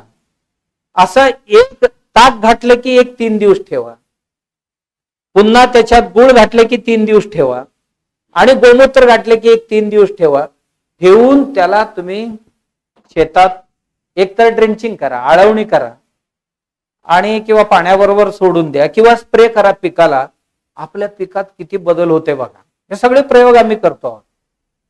आणि आणखीन एक सांगतो मी, माझ्याकडे भरपूर आहेत ही टेक्निक, म्हणजे तुम्ही संध्याकाळपर्यंत ऐकला तरी संपणार नाही एवढं. मी देशभरात फिरतो आणि कोणतरी सांगतो म्हणून मी नुसतं ऐकत नाही, आल्यानंतर आम्ही आमच्या शेतात प्रयोग करतो, तो रिझल्ट देतो का बघतो. मग ज्यांना जे जमेल ते करतील, आपण सांगायचं आपले कर्तव्य, ज्यांना जे जमेल ते करावं आणि जे होते तेच सांगायचं, होत नाही त्याला सांगायचं नाही. आपण ऐकलं पण नाही झालं काम ते नाही सांगायचं. जनावर प्रसूती होते, वासरू दिल्यानंतर वार पडते 1 तासाभरात, पडलेले वार आपण बॅरल मध्ये टाकायचं आणि एक 7-8 दिवसानंतर पाणी जरी स्प्रे केला, आपली भाजी असू द्या, ऊस असू द्या, काही असू द्या, ती पाणी नुसतं स्प्रे करून बघा पिकात किती परिवर्तन येते 8 दिवसात. एक दुसरं, ती वार आहे ना तेवढ्याच वजनाची गूळ टाकायचं, समजा एक 10-20 लिटर पाण्यामध्ये ही वार टाकला. पहिलं मी सांगितलं ते पुरा बॅरलवर पाण्यामध्ये टाकायचं. आता ही वार आहे घ्यायचं, एक 10-20 लिटर पाण्यामध्ये टाकायचं आणि वार समजा एक 2 किलो असेल तर 2 किलो गुळ टाकायचं. 5 दिवस थांबायचं आणि एक 5 दिवसांनी त्यात ताक टाकायचं, एक 2 लिटर. 5 लिटर ताक टाकायचं. 5 किलो असेल तर 5 किलो, 2 किलो असेल तर 2 किलो टाकायचं आणि एक 5 दिवस थांबायचं आणि त्यानंतर गोमूत्र टाकायचं त्यात आणि एक 5 दिवस थांबायचं आणि तो नंतर त्याचा आळवणी करायचा, आळवणी द्यायचं शेताला. असं 5 वेळ करायचं. त्याच वार आहे ना त्याचाच 5 वेळ उपयोग करू शकतो. 5 वेळ करायचा. तुम्हाला एवढं होईपर्यंत मी आमच्या ऊसात केलेले आहे, आपल्या याच्यात, की ज्याला नाही केले त्या ऊसाची उंची 3 फूट 3.5 फूट आहे आणि त्याला फुटवे जे आहेत एका डोळ्याला 7 ते 8 आहेत आणि ज्याला आम्ही ही ट्रीटमेंट केलेले त्याला 30 ते 32 फुटवे आहेत. उंची जवळजवळ 8-10 फुटाच्या आसपास. दोन्हींमध्ये इतकं डिफरन्स आहे. का? आम्ही एवढंच विचार केला की 8-9 महिन्यात एक छोट्यासा शुक्राणू आणि वीर्याणूंचा हे जे संगम आहे, एक छोटासा बाळ आहे, त्याला 9 महिन्यात ते 10 ते 15 किलोचा वासरू बनवले. हे वार कवच आहे बनवले. म्हणजे ह्याच्यात ग्रोथ प्रमोटिंग कॅपॅसिटी किती असेल असा विचार केला आणि मग ही प्रयोग केला. सक्सेस झालं आणि आज त्याचाच प्रयोग मी काय करतो, ते वार आहे ना त्याच्या आतल्या बाजूला एक पांढरं पदर असतं, ते काढून घ्यायचं, स्वच्छ धुवायचं आणि सुकून ठेवायचं. गँग्रीन झालेले असतो नाही, डायबिटीस वगैरे झालेले ना, ते गँग्रीन झालेल्या पायाला याचा पावडर बनवून जर लावला तर तुम्हाला एक 8-15 दिवसात गँग्रीन सुद्धा बरं होतं. आणि स्किन ग्राफ्टिंग करायला म्हणजे चमडी दुसरीकडचं लावून हे भरून येत नाही म्हणून लावतात ना, अशा वेळी लावायची गरज नाही. ही जी पांढरे पदर काढले ना आपल्या वार आहे त्याचा, ती फक्त त्याच्यावर चिकटवायचं आणि अलगद बांधायचं. 15 दिवसात आपल्याला ग्राफ्टिंग करायला एक 50-60 हजार रुपये खर्च येतो ना, हे काम करून टाक. आणि एवढंच नाही, याचा पावडर जर बनवला कुठून आणि पावडर कुठल्याही जखमेत थोडासा भरला खला. आणि एवढंच नाही, ही जे मी सांगितलं ना ही पांढरे कागदासारखे, याला वाळवून ठेवायचं आणि मधामध्ये उघडायचं. याला उघडून दर दिवशी 1 चमचा जर चाटण घेतली तर कितीही जुना असू द्या अस्थमा 1 महिन्यात खलास. मी अनेक लोकांना हे दिली. म्हणजे त्या वार आहे ना त्याच्यामध्ये किती औषधीय गुणधर्म आहे आणि फुकट नेऊन आपण कुठेतरी गाडतो, त्याला किती कामाचे.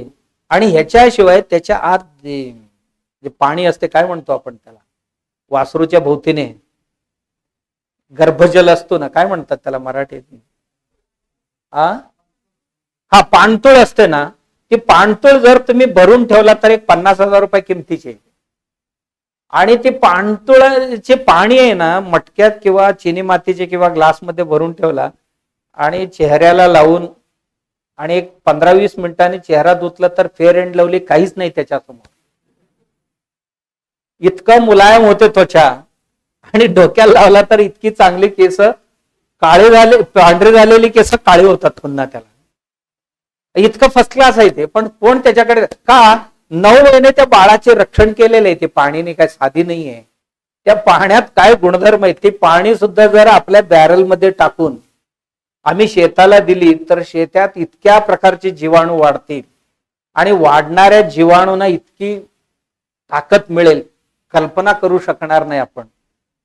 असं एकूण हे आहे. आणि ह्याच्या व्यतिरिक्त आपण शेतामध्ये ऊस लावणार असाल ना, ऊस काय करा, एक 5-6 फूटचा कमीत कमी पट्टा ठेवा. त्या पट्ट्यामध्ये ग्रीन मॅन्युअर जे म्हणतो आपण, हिरवळी खत, की माणसाला जसं वेगवेगळ्या प्रकारची रस आवडतात, षड्रस आवडतात, गोड आवडते, त्याला तिखट आवडते, आंबट आवडते, खारट आवडते, तसं जीवाणूला सुद्धा ते आवडतात. म्हणून सगळ्या प्रकारची रस देणारी धान्य एकत्र करायची. जसं की कडू पाहिजे तर मेथी घालायचं, तिखट पाहिजे तर मिरचीची बी घालायचं, आणि सगळ्यात जास्त ताकदवार म्हणजे तीळ. सॉइल कार्बन जर वाढवायचं असेल तर सगळ्यात चांगलं कुठले असेल तर तीळ, आणि त्यानंतर मूग असेल, मेथी असेल, शेपूची बियाणे असतील आणि चवळी असतील, अशी एक 7-8 प्रकारचे धान्य एकत्र करायचं, करून त्यात पेरायचं आणि फुलावर आल्याबरोबरच ते मोडून मातीत मिसळून टाकायचं. आपली सेंद्रिय कर्म इतकं लवकर वाढेल, आपली मातीची तब्येत इतकं चांगलं होईल, आपल्याला सुद्धा विश्वास बसणार नाही, इतकं लवकर होईल. आमच्या शेतात आम्ही ह्या सगळ्या प्रयोग केल्यानंतर आता आमच्या शेतात, मठाच्या शेतात 2 आहे सॉइल कार्बन आमची, म्हणजे सेंद्रिय कर्ब 2% आहे. आम्हाला काही वेगवेगळ्या कंपन्या येतात, आम्ही सेंद्रिय वस्तू हे बनवले आणि तुम्ही वापरून बघा. आम्ही शेतकऱ्यांना देतो, त्यांच्या शेतात त्याचे रिझल्ट येतात. आमच्या शेतात आम्ही ते प्रयोग केल्यावर त्याचा काही रिझल्ट येत नाही. मग त्या कंपनीला बोलून विचारलं, तुम्ही दिलात हे रिझल्ट आहे ना, आमच्यात काही फरक नाही पडला, मारले त्याचाही काही फरक नाही, ज्याला स्प्रे केला नाही त्याच्यात. ते म्हटले तुमच्या शेताला त्याची गरजच नाही राहिलेली. आमच्या मातीमध्ये जे पाहिजे ते सर्वच असल्या कारणाने आता बाहेरनं काही द्यायची गरज राहिलेली नाहीये. म्हणून आम्ही म्हणतो की सगळ्यांच्या शेतीची तब्येत सुधारणे गरजेचे आहे. म्हणून प्रत्येक शेतकऱ्याने ही काळजी घ्यायला पाहिजे की माझ्या मातीची तब्येत ठीक नाहीये, ही तब्येत सुधारवायला पाहिजे.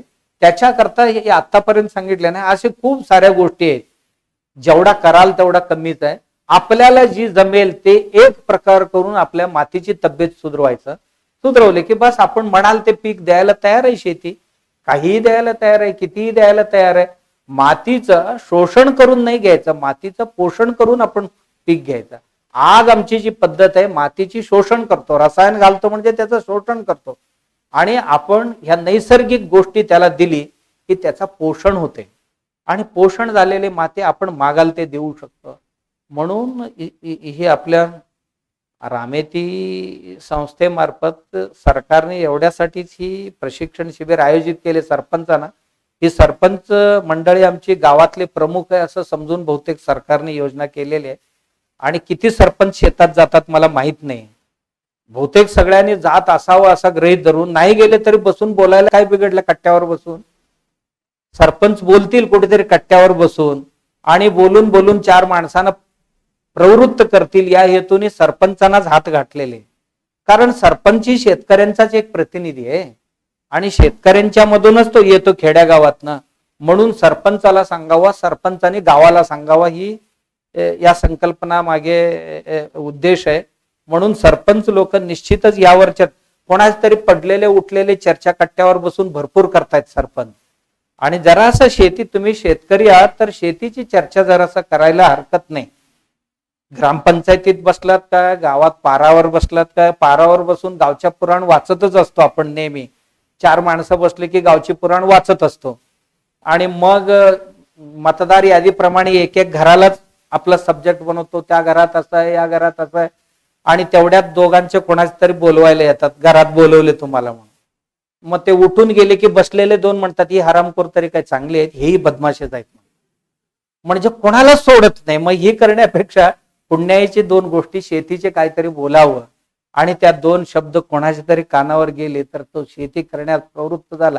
आणि हे नाईलाज आहे, इथून हे शेती केल्याशिवाय पर्याय नाही आपल्या शेतकऱ्यांना. नाही केलं तर आपल्या पोरांच्या हातात आपण शेती नाही देणार आहोत, आपण दगडच देणार आहोत, नापीक जमीन देणार आहोत, आपण पापाचाच धनी बनणार आहोत. म्हणून हे व्हायला नको, आणि राष्ट्र बलशाली व्हायला पाहिजे. तर प्रजा जो बलशाली होण्याकरता त्याला ताकद पाहिजे, ताकदीला विषमुक्त अन्न पाहिजे, विषमुक्त अन्नाला विषमुक्त शेती पाहिजे. विषमुक्त शेतीसाठी ही नैसर्गिक शेती अत्यंत, सेंद्रिय शेती अत्यंत गरजेची आहे. काही म्हणा तुम्ही, ते गरजेचे आहे.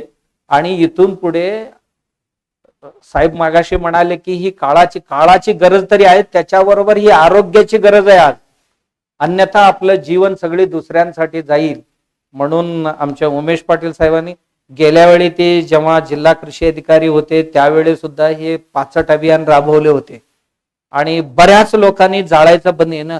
आता शेतकरी इतकं बदमाशी करतो ना कधी कधी आमचा, काय मी शेतकरीच आहे त्यामुळे त्यांना बोलतो मी, की तो नेहमी निमित्त सांगतो. काय तर हे कर म्हटलं की एक निमित्त सांगायचं, ते कर म्हटलं की एक निमित्त सांगायचं. मग तू करणार तरी काय शेवटी? त्याला काहीच करायचं नाही, असं करून का शेती होणार आहे का? नाहीये. नाही, ते उंदरच खूप लागतात. उंदीर केव्हा येतात? उंदीर ओलावा कमी झाले की उंदीर येतात. ओल्या शेतात कधीही उंदीर येऊ शकत नाही, आणि येतात असं कोण म्हणत असेल तर तो लबाडी करतो असा त्याचा अर्थ आहे. मग आम्ही आमच्या पाचटला लवकर सडवण्याकरता आजकाल भरपूर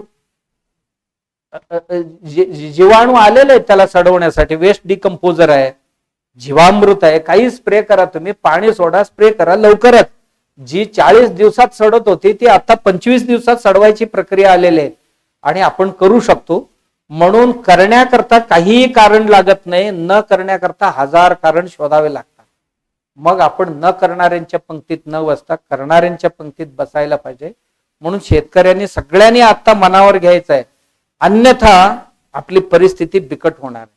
मी कोल्हापूर जिल्ह्यातच ज्या ज्या गावात गेलोय, काही आमच्यातले काही तालुका आहेत, काही गाव आहेत, पुणा जिल्हा आहे, त्यांची सिन्नर आणि शिरूर जे तालुका आहेत, नाशिक जिल्ह्यातले काही तालुका आहेत, प्रत्येक जिल्ह्यात असे काही तालुके आहेत, आमच्याही कोल्हापूर जिल्ह्यात काही तालुका आहेत. त्या तालुक्यात 30-30 हजार कॅन्सर पेशंट आहेत. आज कसं सुख नांदणार त्यांच्या घरात? पैसा आहे पण सुख कुठे आहे? आणि परिस्थिती अशी आली की येईल आता येत्या काही दिवसात त्या गावातल्याला कोण मुलगी देणार नाही, आणि त्यांच्यातली मुलगी पण कोण घेणार नाही, ही अवस्था येईल आपली.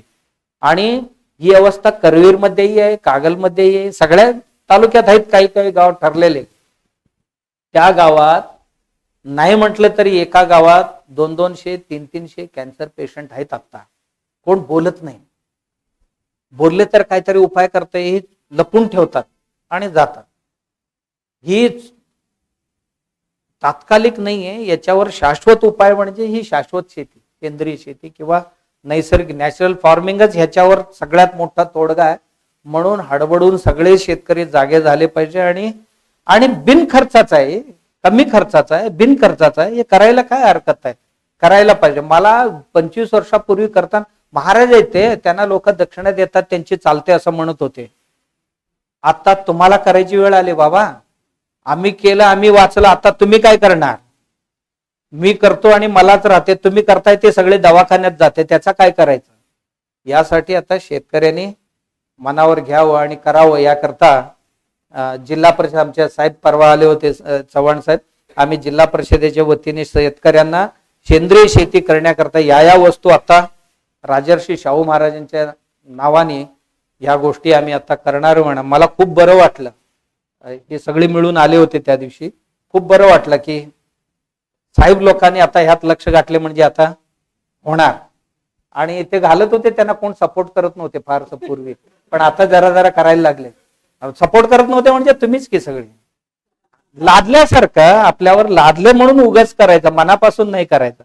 त्याचं एक अडचण काय, जे शाळेत शिकले नाही आता ती इथे शिकवायचं कसं लोकांना? आमच्या शाळेत हे विषयच नाही ना. सुदैवाने आता त्याचं हे बनले सिलेबस, आता येईल. आपलं सगळ्यात मोठी अडचण असं आहे की 650-700 जे आमची कॉलेजेस आहेत, कुठल्याही शाळेत हे सिलेबसला नाही आहे.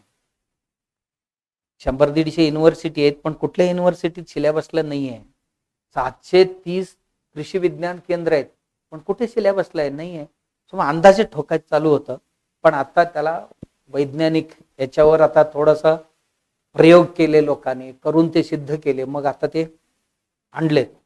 आता यासाठीच आता आजचा हे कार्यक्रम उमेश पाटील सर आणि बिरादर सर यांच्या टीमने आयोजित केले. निश्चितच त्यांची तळमळ आहे आपल्यासाठी, आपण करावं. सगळ्या सरपंचांनी मनावर घ्यावं. सरपंच म्हणजे गावचा मुख्यमंत्री असतो, कोण राबडी देवी असतील, कोण लालू प्रसाद असतील, पण त्यांनी करावं हे काम, असं आमची अपेक्षा आहे. कारण कसं आहे, ते राबडी देवी असते ती बिचारी काय करत नाही, लालूच सगळे करत असतो. बरोबर? कुठे कुठे लालू मट्ट असतो, त्याची बायको सगळे करत असते. एकमेकांचे सहकार्याने गावचं भलं कसं होईल हे आपण करणं गरजेचे आहे. आणि जरूर आपण सरपंच लोक यात लक्ष घालाल, कराल अशी अपेक्षा आहे. आणि सगळ्यांनाच नमस्कार. ICM. कोल्हापूर, सांगली, सातारा 3 जिल्ह्यातील सर्व सन्मान्य सरपंच यांच्यासाठी नैसर्गिक शेती जाणीव जागृती कार्यक्रम, या कार्यक्रमाच्या निमित्तानं अधिक परवानेनं बोलू शकतात असे माननीय परमपूज्य काडसिद्धेश्वर स्वामीजी यांनी अत्यंत सखोल आणि चिमटा काढून सर्वांनाच जाणीव करून देणारे मार्गदर्शन केलेलं आहे. मी स्वामींच्या चरणी अत्यंत मनोभावे प्रार्थना करतो की त्यानिमित्त कोल्हापूर, सांगली, सातारा हे 3 जिल्ह्याचं एक बदलणार एक भविष्य जे आहे, जमिनीचं असेल, पिकाचं असेल, आरोग्याचं असेल, ह्याचं मार्गदर्शन कारण बनावं अशी मी ईश्वरचरणी प्रार्थना करतो. आता तांत्रिक सत्र अजून पुढं राहणार आहे सुरू, पण या टप्प्यातलं समारोपासाठी मी उभा आहे. हाचा कार्यक्रम आहे हो जाणीव जागृती कार्यक्रम सेंद्रिय शेती संदर्भात आहे. 2 बाबी आहे त्यामध्ये. आमंत्रित आहेत ते सर्व गावचे सरपंच, सन्मान्य सरपंच आहेत, आणि दुसरा महत्त्वाचा भाग आहे तो सेंद्रिय शेती किंवा नैसर्गिक शेती. हे दोन्ही गोष्टीचा मुख्य उद्देशच असा आहे की गावाचं प्रमुख जे हजारो लोकांनी निवडून दिलेलं आणि ते नेतृत्व जे दिशा देईल ती गोष्ट गावामध्ये घडू शकतं, ह्या उद्देशानं सन्मान्य सरपंचांना बोलवलं. त्यामुळे मी सर्व सरपंचांना विनंती करतो की आपल्याला बोलवण्याचा उद्देश पहिल्यांदा आपण समजून घ्यावा. आपण एक व्यक्ती नाही आहेत, तर हजारो एकर जमीन आहे किंवा तुमच्या गावातले 5-10 हजार, 10-20 हजार जे काही शेतकरी आहे, ग्रामस्थ आहे, ह्यांचं भविष्यचं व्यवस्थापक म्हणून आपण आहात, नैसर्गिक सामुग्रीचं व्यवस्थापक म्हणून आहात. गावातल्या शेतीमध्ये आणि लोकांच्या शरीरामध्ये विष कालवलं जाणार नाही याचं आपण कारण बनू शकता जर आपण एक गांभीर्याने घेतलं तर. नाहीतर आपण एक तासाभराचं एक मार्गदर्शन जे आपण नेहमीच ऐकतो, टी व्हीवरती कार्यक्रम बघतो, तसं म्हणून देखील आपण सोडून देऊ शकतो. पण सगळ्यात महत्त्वाचा आजचा एक गंभीर मुद्दा म्हणून आपण एक तर मुद्दाम बोलवलं. माणसाचं कदाचित किंवा सामान्य माणसाचं आपण ऐकलं नसतं, म्हणून ज्यांना अधिकारवाणीनं बोलता येऊ शकेल, ज्यांना अध्यात्माचा पाठबळ आहे, त्याचबरोबर विज्ञानाचं देखील तेवढीच पारख आहे आणि परंपराची देखील जाणीव आहे, असे योग्य व्यक्तिमत्व मुद्दा म्हणून आपण आमंत्रित केलं. कारण कदाचित माणसाला माणूस म्हणण्याचं आपण किंवा माणूस मानण्याचं देखील आपण एवढं बेभान झालेलो आहोत की आपण जमिनीला जमीन मानत नाही, पाण्याला पाणी मानायला तयार नाही, माणसाला माणूस मानायला तयार नाही. प्रत्येक ठिकाणी विचारापासून जमिनीपर्यंत प्रत्येक ठिकाणी प्रदूषण आपण निर्माण केलेलं आहे. आपण जगण्याचं विसरून गेलो. ज्यावेळी स्वामीजींनी सांगितलं, जेव्हा आपण ICUमध्ये झोपू, अनेक मोठे मोठे आमदार, मंत्री महोदय ज्यांच्याकडे कोट्यवधी रुपये होते त्याच आपल्या इथं नाहीत, आणि ती दुर्दैवानं विद्यमान केंद्रीय मंत्रिमंडळामधील अनेक मंत्री या रोगाविषयी रासायनिक शेतीच्या माध्यमातून जे काही दूषितपणा तयार झाला आणि त्याचे बळी गेलेले आहेत, ही नुसते मंत्रिपदं नाहीत, ती आपलं नेतृत्व आहे. रोगाचं नेतृत्व त्यांनी केलं किंवा नेतृत्वाला बळी पडलं. कदाचित त्यांना मतदान करणाऱ्या माणसांच्यापर्यंत येऊ नये यासाठी आपण प्रत्येकानं दक्ष राहणं आवश्यक आहे. ह्या 2 भाग आहेत, कृषी विस्तारक पण आहेत, कृषी विभाग पण आहे. आपल्या प्रत्येकाच्या कार्यक्षेत्रामध्ये किमान प्रत्येक कालच्यापेक्षा एक बाटली कमी जाईल केमिकलची, कालच्यापेक्षा एक पोतं कमी जाईल, त्यासाठी प्रत्येकानं काम करणं आवश्यक आहे. सेंद्रिय शेती म्हटलं की एखाद्या पौराणिक कार्यक्रमाला गेल्यासारखं लोकांना वाटतं, अंगावर भगवी वस्त्र टाकल्यासारखं वाटतं, आणि त्यातून लगेच बाहेर पडण्यासाठी तू धडपडत असतो, तू नादच करायला तयार नाही. किंवा आपण शाश्वत शेतीच्या अनुषंगाने स्वामीजींनी सांगितलं की शब्दप्रयोगाच्या मध्ये न पडता, म्हणजे मूल जन्माला याच्या अगोदर भांडणं करण्यापेक्षा आपण किमान जे काय आलं आहे ना त्यात किमान एवढं सत्य स्वीकारणं आवश्यक आहे की प्रत्येक केमिकल कमी कसं करता येईल टप्प्याटप्प्यानं, आणि टप्प्याटप्प्यानं सेंद्रिय पदार्थ कसे वाढून कार्बनचं, कारण कार्बन हेच भविष्यातलं भवित्यावर असणार आहे. जसं की रक्तामध्ये हिमोग्लोबिनचं प्रमाण महत्त्वाचं आहे, त्याच धर्तीवरती जमिनीतलं कार्बन हे आपलं भविष्य ठरवणार आहे. आणि कार्बन हे नुसतं भविष्य नाही, आपण जगणार का मरणार हेच ठरवणार आहे. त्यामुळे आता प्रॉपर्टी ही सगळ्या गोष्टी करताना एक कार्बनचं देखील त्याच्यामध्ये अकाउंटला किती शिल्लक आहे हा देखील एक महत्त्वाचा भविष्यातलं प्रॉपर्टी आपल्या असणार आहे. सगळ्यात महत्त्वाची गोष्ट, मी स्वामींचं मनपूर्वक धन्यवाद देतो की त्यांनी व्यस्त कार्यक्रमामधून आमच्या आग्रह करण्याचा आमचा हक्क आहे, म्हणून आम्ही हक्कानं स्वामींच्याकडे जातो. आणि त्यांचं कार्य देखील एवढं आहे, तिथं गेल्यानंतर आम्ही सगळं प्रशासन किंवा डोक्यातले विचार आहेत हे देखील त्या मठामध्ये गेल्यानंतर विसरून जातो. याचं कारण असं की तिथं जे पूर्ण परिसर बनवलेला आहे तो फक्त एक वेगळा स्वायत्त प्रदेश आहे की जिथं माणूस खऱ्या अर्थानं जगू शकतो. तिथं हवा स्वच्छ आहे, पाणी स्वच्छ आहे, आणि जमीन देखील जिथं जीवजंतू असलेली किंवा सात्विक जमीन आणि अन्न देखील सात्विक आहे, जे तिथं पंचतारांकिक हॉटेल जिथं होत नाही तिथं महाप्रसादातून ते आपल्याला मिळत असतं. अशा भूमीमध्ये आणि योग्य सुदैवानं आपल्या कोल्हापूर विभागामध्ये ही भूमी स्वामींच्या निमित्तानं घडतात. जी सगळ्यात टाकाऊ गोष्ट आहे तिथून ते चांगल्या पद्धतीने निर्माण करण्यासाठी, आणि जगातलं सर्वोत्कृष्ट गोष्ट म्हणजे भगवी वस्त्र म्हणजे फक्त परंपरा नाही, तर त्यांचं विज्ञानाचं एवढं देखील हे आहे की जगातल्या सगळ्या अनेक देशामध्ये स्वामीजी फिरून आलेले आहेत, आणि तिथल्या आपल्या टेक्निकल लोकांना, हॉर्टिकल्चर लोकांना जे गोष्टी कळणार नाहीत असं तंत्रज्ञान मठावर आणलेलं आहे.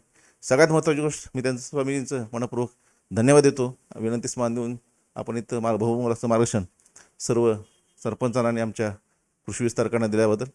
त्याचबरोबर मान्य संजयजी सिंह चव्हाण साहेब हे व्यक्तिमत्व जिल्हा परिषदेच्या मुख्य कार्यकारीपदी कार्यरत आहेत आणि शेतीसाठी म्हणजे कसं आहे की शेती ही गोष्ट स्टेजवरती गप्पा मारून होणार नाही.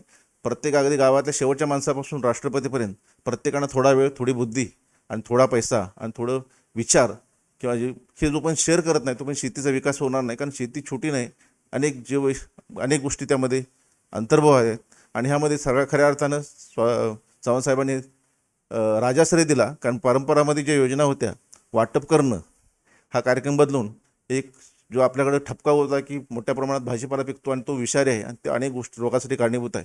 नेमकी हेच मी एक लक्षात घेऊन चव्हाण साहेबांनी सुमारे 1 कोटीचा प्रस्ताव मंजूर त्यांच्या अधिकाराखाली करून एक वेगळ्या प्रकारची म्हणजे राज्याला आणि देशाला दिशादर्शक अशा प्रकारचा कार्यक्रम तयार केला. म्हणजे खऱ्या अर्थानं आज जे स्टेजवर आहेत हे सगळे अधिकारवाणीने बसू शकतात आणि बोलू शकतात असंच व्यक्तिमत्व आहे. ज्यांच्या हातात जी गोष्ट आहे ती सर्वोत्तम करण्याचा त्यांनी प्रयत्न शिंदे शेतीमध्ये केलेला आहे. माननीय बिराज साहेब विभागावरती काम करत आहेत पण प्रत्येक शेतकऱ्यांशी त्यांची जवळीक आहे. कदाचित गावातल्या आपल्या कृषी विस्तारकाची जेवढी जवळीक नाही तेवढी जवळीक एखाद्या भेटीमध्ये बिराज साहेबांशी होते आणि तिथली तांत्रिक मुद्दे तेवढेच मुद्दे ते विचार करत असतात, 24 तास विचार करत असतात. अशा प्रकारचं एक वेगळं व्यक्तिमत्व विभागाला लाभलेलं आहे. आपल्याला निश्चितपणे भविष्यामध्ये सेंद्रिय शेती आणि जिवंत शेती करण्यासाठी ते आपल्याला उपयोगी पडणार आहे. त्यांचं मार्गदर्शन देखील निश्चितपणे आपल्याला फायदेशीर ठरणार आहे. हा कार्यक्रम ज्यांच्या मार्गदर्शनाखाली आणि पुढाकाराने काढला माननीय उमेश पाटील साहेब, प्राचार्य रामेती, त्याचबरोबर अधीक्षक कृषी अधिकारी विभागीय कृषी सहसंचालक कार्यालय. नेहमीच प्रत्येक गोष्ट असली की दारू प्याल्यानंतर नशा चढते, पण इथं आमच्याकडे कुठल्याही गोष्टीला काय करायचं म्हटलं तर नशेनं प्रेरणेत असतो. पैसा कितीही माहीत नाही, काय घडणार आहे माहीत नाही, पण आम्ही अहोरात्र आम्ही काम करत असतो आणि ते सर्व गोष्टी त्यांच्या प्रेरणेने होतात. कृषी विभागात कोल्हापूर, सांगली, सातारा या तिन्ही जिल्ह्यातले अधिकारी कर्मचारी देखील तेवढेच गोष्टी आहेत. सुदैवानं आज आम्ही इथं सगळे विभागातले संत मंडळीच इथं पुढ्याला आणलेले आहे आपल्या स्वामीजी. याचं कारण असं की प्रत्येक लोक शेकडो आहेत, 3 जिल्ह्यामध्ये जवळपास 1000-2000 लोक आहेत, पण त्यातली नेमकी माणसं जी यशोगाथा निर्माण करणारे अशीच लोक समोर आपले आहेत की जे योगायोगानं कार्यक्रम सुरू होता सुदैवानं आपले त्यांचे विचार ऐकायला मिळाले. हे व्यक्ती नाहीत, किमान 10-20 हजार लोकांच्या पुढं जाऊन आपला कार्यक्रम राबवण्याची क्षमता असलेले लोक आहेत. निश्चितपणे मी आपल्या सर्वांचं मनपूर्वक आभारी व्यक्त करतो. त्याचबरोबर विनंती करतो की जे आज स्वामीजींनी आज विचार पेरलेत हे विचार न ठेवता कृतीमध्ये उतरून, कारण हे तुमच्याकडून एखादा कॅन्सरचा पेशंट वाचवता आला तर लाखो रुपयाचं चुकीच्या दवाखान्यात जाणारी गोष्ट ही वाचू शकेल. तर भविष्य आरोग्य हा भविष्यात डॉक्टरच्या हातात नसणार आहे, तो शेतकऱ्यांच्या आणि शेती अधिकाऱ्यांच्या हातात असू शकतो. तर यासाठी आपल्याला सर्वांना विनंती करतो. सर्व 9 विभाग कोल्हापूर, सांगली, सातारा 3 जिल्ह्यामध्ये उपविभागीय कृषी अधिकारी यांचं फार आणि जिल्हाधीश कृषी अधिकारी यांचं मनपूर्वक आभार व्यक्त यासाठी करतो की कारण आम्ही दुपारी निर्णय घेतला आणि दुपारी निर्णय घेतल्यानंतर तातडीनं त्यांनी सर्व सरपंचांना 10 ठिकाणी आपल्याकडे कार्यक्रम सुरू आहेत.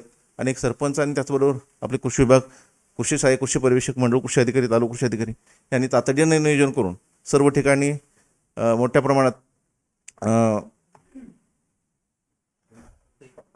लोकांचं संघटन करून त्यांना त्या कार्यक्रमासाठी व्यवस्था केली. मी सर्वांचं मनपूर्वक आभार व्यक्त करतो. त्याचबरोबर सन्मान्य सरपंच आणि शेतकरी बंधू यांचंही मी मनपूर्वक आभार यासाठी व्यक्त करतो की त्यांनी आपला बहुमोलाचा वेळ, कारण पलीकडे काय रस्तं भिंतीच्या पलीकडे आहे काय हे अंदाज नसताना देखील आपण थोडा वेळ दिला आणि स्वामींचा आणि इथं सर्व मान्यवरांचा आपण विचार ऐकलं, त्याबद्दल मी आपलं मनपूर्वक आभार व्यक्त करतो. हा कार्यक्रम आत्ता काही संपला नाही. मॅनेज संस्थेने हा जो प्रोग्राम केला आहे याच्यासाठी फार भारतातले अत्यंत तज्ज्ञ लोक विचारात घेऊन एक 20 ते 25 मिनिटाचं प्रेझेंटेशन आहे.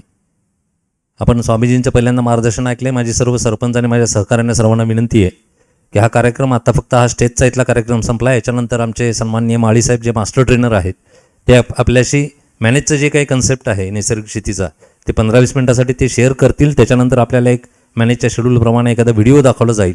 तर थोडं आणखी आपण आत्ता जसं सहकार्य केलं तसं आणखी एक अर्धा-पाऊण तास सहकार्य करावं एवढी नम्र विनंती. धन्यवाद.